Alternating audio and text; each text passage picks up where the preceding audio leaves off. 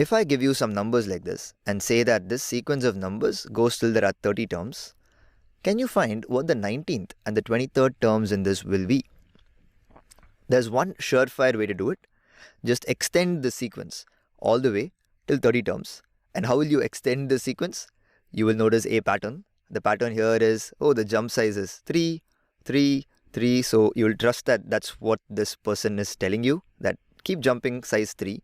Don't change the jump size and keep going. Go till 30 terms.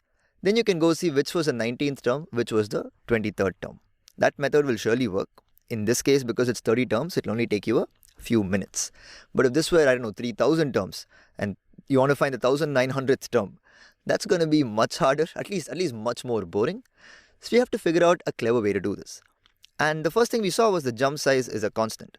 Now, whenever that happens, the sequence is called an arithmetic sequence, and these numbers are said to be in arithmetic progression. But that's not essential now. We just know that the jump size is constant. And like we said, only knowing that, let's derive everything else that we want. So I have 4 as my first term. 4 as my first term. Let me see what 7 really is. 7 is 4 plus my jump, right? 7 is just equal to 4 plus the jump that I made, which was 3. I had to jump 3 from 4. What about 10? 10 was my 7 plus 3, or in other words 4 plus 2 jumps. 4 plus 3 plus 3. Now what about 13? You see the pattern here. It's 4 plus 3 jumps. So 4 plus 1 jump plus 1 more jump will give me 13. So I have 4 plus the same jump 3 times, plus 3 plus 3 plus 3. Now I'm using the fact that my jump size is constant, right? That's the only thing that makes my pattern meaningful here. This jump size doesn't change. It's always 3. And then I see, okay, is there a pattern here? My first term is 4. No jump here, or 0 jumps.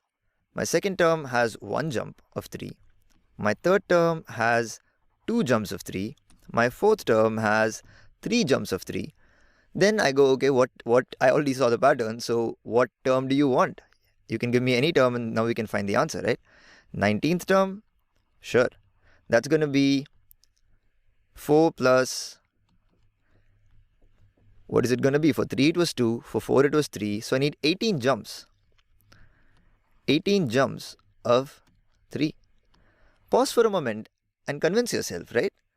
I had to write 4 plus 3 plus 3 plus 3 plus 3 18 times. I just wrote that as 18 into 3 because there's no space to do that. And notice that for the 19th term, this will be what I want. And this is going to be equal to 18 threes will be 9 6R. So 54 plus 4, that's 58. 58 is my 19th term. What else do you want? 23rd term. 23rd term. 23rd term is going to be 4 plus 3 added 22 times. 3 added 22 times. So 22 jumps will lead me to the 23rd term because 1 jump led me to the second term, 2 jumps to the third term and so on. So 22 jumps to the 23rd term, and what's that going to be equal to?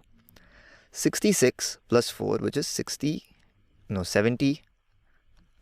that's it. 66 plus 4. So 23rd term is 70. Now, why stop here? Any number that's given here, if you had to give the nth term, what would you say it is? I can put an equal to sign here. These can also be equal to's. The nth term would be the first term. And notice that this is specific to our sequence here, but anything, this 4 is basically the first term, right? So if I call the first term in general as a, or a of 1, basically the first term, plus something to do with the jump size. How many times, the size you jump, right? Let me call that d. What's called the common difference. Like this big serious way for the jump size is the common difference. This is basically what's the size you jump whenever you jump. And this is a constant, right? It's the common difference. And then over here, what is this? If you want the nth term, if it's 23, then here you see 22. If you see 19 here, here you see 18. If you see third term here, you see 2 jumps here. Fourth term, you see 3 jumps here. So it'll always be 1 less than this, right? And that makes sense if you think about it, right? Because at the 0th point, at the first term, you have jumped 0 times, right? So second term once, third term twice. So it makes total sense that you have to jump n minus 1 times to reach your nth term, starting from the first term. This is also called the expression or term or formula or result or whatever for the nth term of an arithmetic progression or an arithmetic sequence. But notice that you needed nothing other than learning that the jump size is constant to get here.